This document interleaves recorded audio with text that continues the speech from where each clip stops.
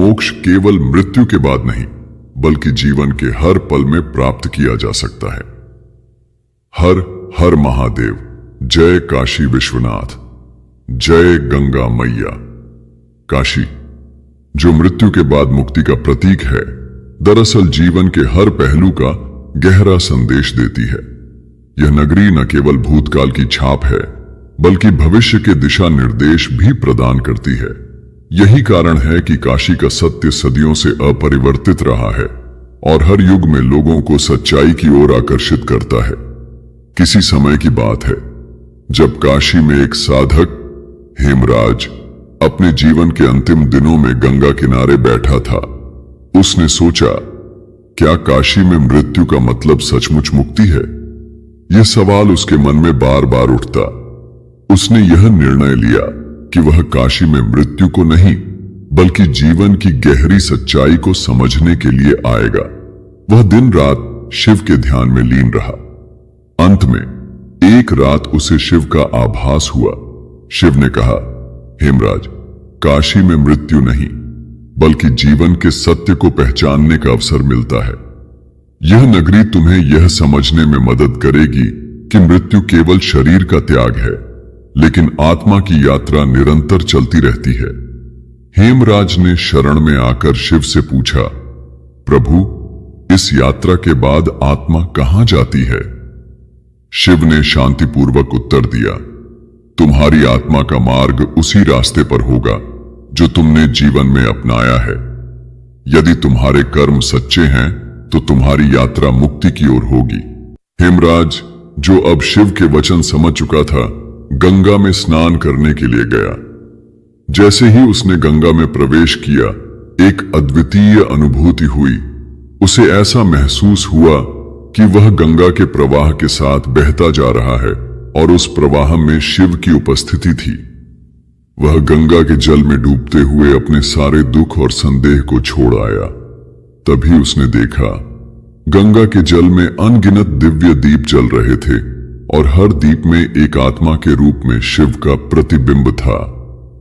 यह दृश्य उसके लिए एक गहरी सच्चाई का प्रतीक था।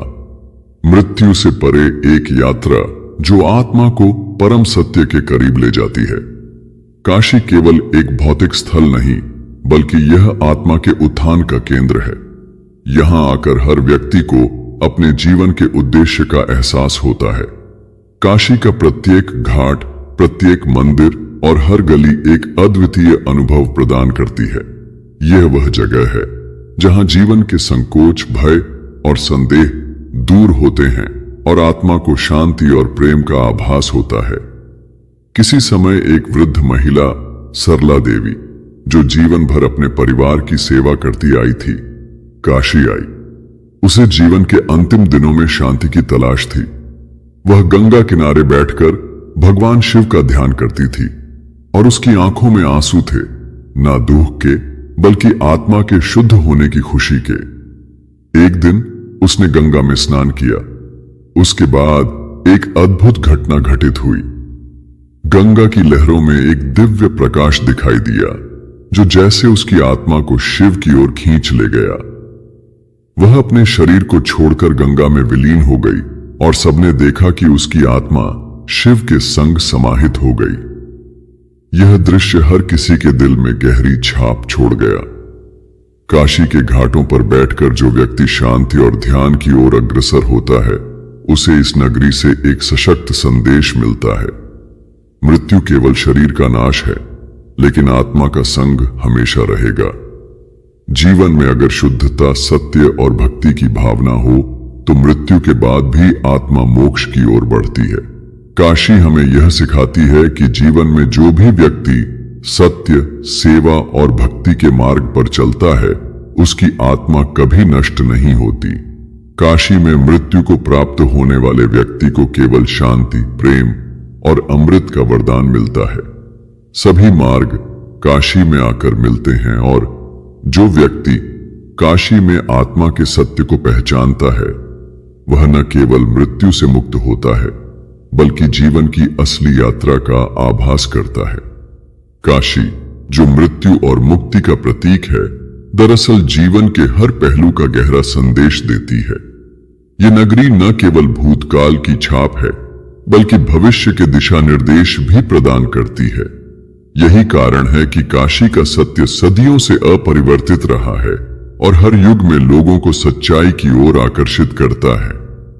काशी की भूमि को हर कोई अपने जीवन के किसी न किसी मोड़ पर महसूस करता है। यह एक ऐसी नगरी है जहां हर व्यक्ति को अपने भीतर की शक्तियों का आभास होता है। यहां की हवा में ऐसा कुछ खास है जो आत्मा को जागृत करता है और व्यक्ति को जीवन के परम सत्य की ओर अग्रसर करता है। अनेक साधक, भक्त और शोधकर्ता काशी की रहस्यमय शक्तियों का अनुभव करने के लिए यहां आते हैं। हर कोई इस भूमि में कुछ विशेष पाता है जो अन्य किसी स्थान पर नहीं मिलता। यही कारण है कि काशी को तपस्या की भूमि भी कहा जाता है। काशी की अद्भुतता का एक और पहलू यह है कि इसे शिव ने स्वयं अपनी शक्ति से प्रतिष्ठित किया था। यह वह दिन था जब शिव ने त्रिशूल के एक झंकार से काशी की भूमि को पवित्र किया। कहते हैं कि काशी के पहले महायज्ञ में शिव ने खुद अपने दिव्य त्रिशूल से भूमि को स्पर्श किया और तभी से काशी को मोक्ष की भूमि का दर्जा प्राप्त हुआ। उस दिन शिव ने कहा था, जो भी व्यक्ति इस भूमि पर आएगा और सच्चे हृदय से मेरी आराधना करेगा, उसकी आत्मा को मुक्ति मिलेगी। काशी में जो भी व्यक्ति मृत्यु को प्राप्त करेगा, वह मेरी शरण में जाएगा। ये वचन काशी की हर गली, हर मंदिर और हर घाट में गूंजता है। काशी की यह शक्ति और दिव्यता आज भी बनी हुई है। दोस्तों, क्यों अमरनाथ मंदिर 2 महीने के लिए खोला जाता है और बाकी के 10 महीनों तक बंद रखा जाता है? अमरनाथ गुफा को कब और कैसे खोजा गया था? कैसे अमरनाथ गुफा के अंदर अपने आप ही बर्फ का एक विशाल शिवलिंग बन जाता है? क्यों कहा गया है अमरनाथ को तीर्थों का तीर्थ? क्या है अमरनाथ में मौजूद 2 कबूतरों का रहस्य? अमरनाथ शिवलिंग का चांद के साथ क्या कनेक्शन है? दोस्तों, अमरनाथ गुफा से जुड़े ऐसे कई हैरान कर देने वाले अद्भुत रहस्य हैं जिनके बारे में जानकर आप हैरान रह जाएंगे। हिमालय के जम्मू कश्मीर में मौजूद अमरनाथ मंदिर एक ऐसा मंदिर है जिसे हिंदू धर्म के सभी तीर्थ स्थलों में सबसे प्रमुख तीर्थ स्थल माना गया है। इसी कारण दूर दूर से यहां दर्शन के लिए महादेव के सभी भक्त दौड़े चले आते हैं। कहा जाता है कि जिनको बाबा का बुलावा पहुंचता है, सिर्फ वही लोग यहां पर पहुंच पाते हैं, क्योंकि यह यात्रा इतनी आसान नहीं है जितना कि हम सोचते हैं। अमरनाथ मंदिर की यह गुफा जम्मू कश्मीर में श्रीनगर के उत्तर पूर्व में लगभग 135 किलोमीटर की दूरी पर है, जिसकी समुद्र तल से ऊंचाई लगभग 13,600 फीट है। मान्यता है कि इसी गुफा के अंदर माता पार्वती और भगवान शिव के अमर होने का रहस्य छुपा हुआ है। इस गुफा के अंदर मौजूद शिवलिंग हमेशा बर्फ से ढका रहता है, जिसके कारण इसे बाबा बर्फानी या हिमानी के नाम से भी जाना जाता है। हिंदू मान्यताओं के अनुसार यह वही गुफा है जहां भगवान शिव ने माता पार्वती को जीवन का महत्व समझाया था। अमरनाथ यात्रा के कपाट वर्ष में लगभग 45 दिनों के लिए ही खोले जाते हैं, जिसमें दुनिया के कोने कोने से श्रद्धालु बाबा बर्फानी के दर्शन के लिए दौड़े चले आते हैं। मान्यता है कि जो भी भक्त यहां सच्चे मन से गुफा में बने शिवलिंग के दर्शन करता है, उसे जन्म मरण के बंधन से मुक्ति मिल जाती है और उसे मोक्ष की प्राप्ति हो जाती है। पुराणों के अनुसार अमरनाथ ही स्वर्ग प्राप्ति का सबसे सरल मार्ग है।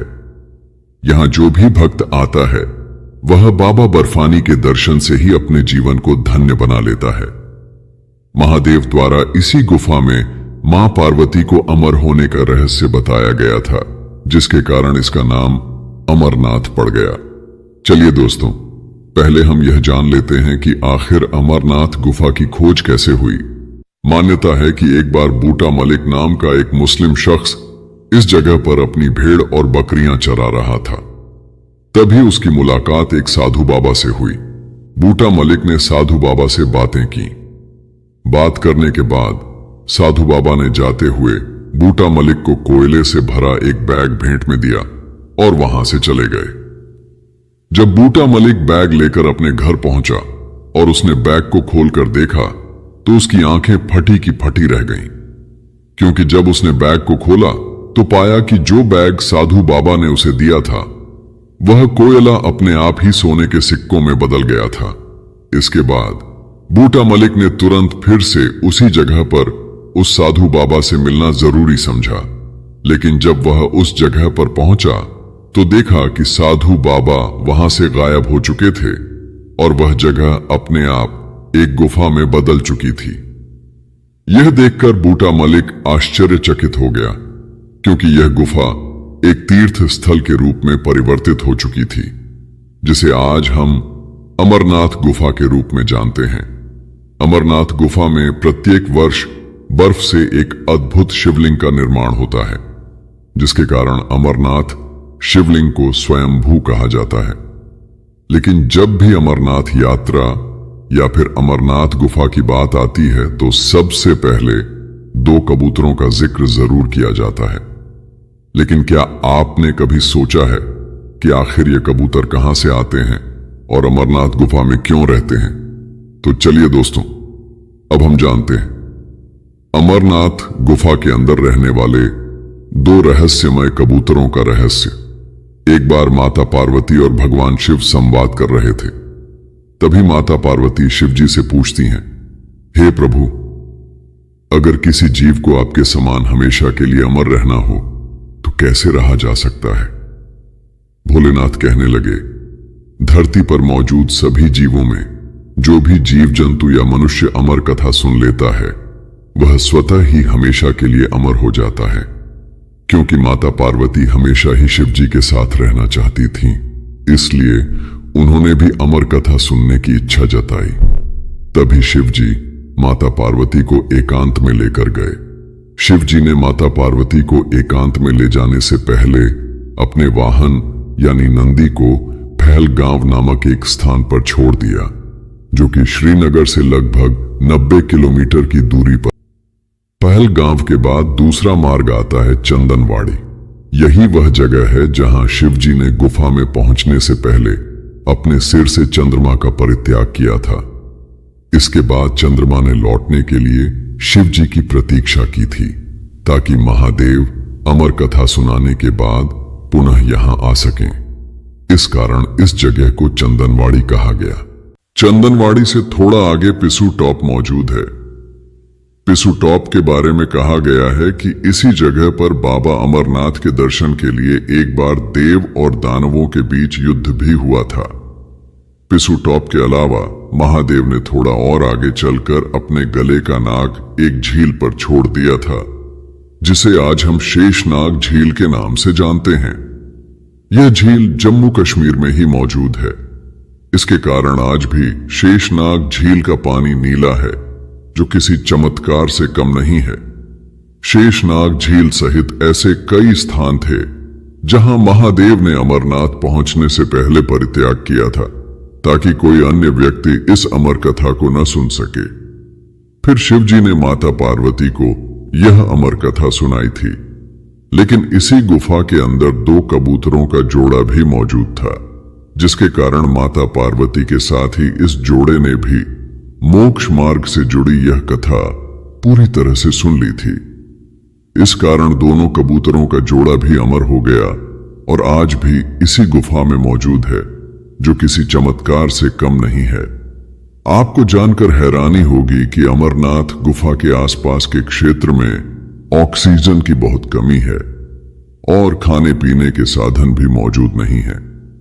इसके बावजूद यह दोनों कबूतर आज भी यहां जिंदा मौजूद हैं। इन्हें इसी गुफा के अंदर कई बार देखा गया है। माना जाता है कि बाबा बर्फानी के दर्शन के बाद अगर किसी व्यक्ति को कबूतर के इस जोड़े का दर्शन हो जाए तो समझ लीजिए कि उसका जीवन सफल हो गया है और वह बहुत ही भाग्यशाली है। अमरनाथ गुफा में मौजूद शिवलिंग को अमरेश्वर शिवलिंग कहा जाता है। अमरनाथ गुफा में शिवलिंग के साथ ही माता सती का शक्तिपीठ होना भी किसी चमत्कार से कम नहीं है, क्योंकि 51 शक्तिपीठों में से महामाया शक्तिपीठ अमरनाथ गुफा में ही मौजूद है। धार्मिक मान्यताओं के अनुसार इसी जगह पर देवी सती का कंठ गिरा था। अमरनाथ गुफा में मौजूद शिवलिंग के बाईं ओर 2 छोटे छोटे शिवलिंग भी बने हुए हैं, जो माता पार्वती और उनके पुत्र श्री गणेश का प्रतीक माने जाते हैं। अमरनाथ शिवलिंग एक ऐसा शिवलिंग है जिसके आसपास का बर्फ कच्चा और मुलायम है, लेकिन आपको जानकर हैरानी होगी कि यह शिवलिंग ठोस बर्फ का बना हुआ है, जो किसी चमत्कार से कम नहीं है। अमरनाथ गुफा के अंदर शिवलिंग के पास हमेशा पानी बहता रहता है, लेकिन आज तक यह पता नहीं चल पाया है कि यह पानी कहां से आता है। मान्यताओं के अनुसार अमरनाथ गुफा को लगभग 5000 वर्ष पुराना माना गया है। अमरनाथ गुफा में मौजूद शिवलिंग को स्वयंभू कहा गया है, क्योंकि यह एकमात्र ऐसा शिवलिंग है जिसका निर्माण खुद से हुआ है। अमरनाथ गुफा में ही भोलेनाथ द्वारा माता पार्वती को अमर कथा सुनाई गई थी। इस कारण इस गुफा के बारे में कहा जाता है कि यहाँ के कण कण में अमर होने का रहस्य छुपा हुआ है। इसी गुफा में भगवान शिव ने माता पार्वती को यह बताया था कि उनके गले में मौजूद मुंडमाला माता पार्वती के अब तक हुए पुनर्जन्म का प्रतीक है। इसी कारण उन्हें बार बार जन्म और मृत्यु के चक्र से गुजरना पड़ता है, जबकि महादेव अमर हैं। तभी माता पार्वती ने गुफा में अमर कथा को सुनना चाहा, ताकि वह भी शिव जी की तरह अमर हो सकें। पौराणिक मान्यताओं के अनुसार अमरनाथ ही एक ऐसी गुफा है जहां शिव जी ने माता पार्वती को अमर होने का रहस्य बताया था।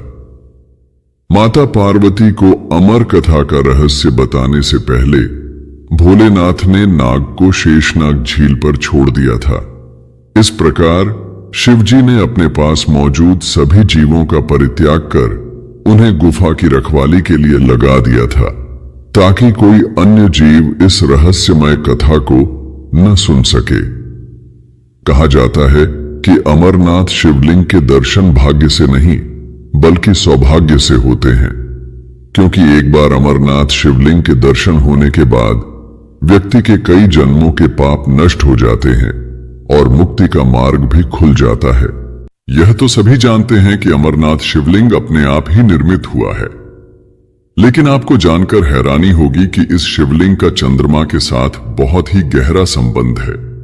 जैसे जैसे चंद्रमा का आकार बढ़ता है, वैसे वैसे अमरनाथ में मौजूद शिवलिंग का आकार भी बढ़ता जाता है। जैसे जैसे चंद्रमा का आकार कम होता है, शिवलिंग का आकार भी कम हो जाता है। पूर्णिमा के दिन अमरनाथ शिवलिंग सबसे बड़े आकार में होता है, लेकिन जब यह चांद विलुप्त हो जाता है, तब यह शिवलिंग भी अपने आप विलुप्त हो जाता है, जो किसी चमत्कार से कम नहीं है। अमरनाथ गुफा के अलावा जम्मू कश्मीर के इस क्षेत्र में और भी कई गुफाएं मौजूद हैं। इन गुफाओं में बूंद बूंद करके पानी टपकता रहता है, लेकिन आपको जानकर हैरानी होगी कि इन सभी गुफाओं में सिर्फ बाबा अमरनाथ की गुफा ही ऐसी गुफा है जहां एक अद्भुत प्रकार के शिवलिंग का निर्माण होता है। यह शिवलिंग ऊंचाई में लगभग 12 से 18 फीट तक का होता है। जिस स्थिति में अमरनाथ में शिवलिंग का निर्माण होता है, वह विज्ञान के बिल्कुल विपरीत है, क्योंकि विज्ञान के अनुसार बर्फ को जमने के लिए 0 डिग्री तापमान होना जरूरी है, लेकिन अमरनाथ यात्रा के दौरान यहाँ का तापमान 0 डिग्री से ऊपर होता है। इसके बावजूद यह शिवलिंग अपने आप कैसे निर्मित हो जाता है, यह किसी रहस्य और चमत्कार से कम नहीं है। अमरनाथ गुफा एक ऐसी गुफा है जो भगवान शिव के प्रमुख धार्मिक स्थलों में से एक है। अमरनाथ यात्रा के दौरान भारत की विभिन्न परंपराओं, धर्मों और संस्कृतियों की झलक को बहुत ही गहराई से देखा जा सकता है। अब हम जान लेते हैं कि आखिर क्या हुआ जब नासा के एक वैज्ञानिक ने अमरनाथ गुफा के अंदर कैमरा लगाने के बारे में सोचा। आज की यह कहानी नासा के एक ऐसे वैज्ञानिक पर आधारित है जिन्होंने अमरनाथ गुफा के रहस्य को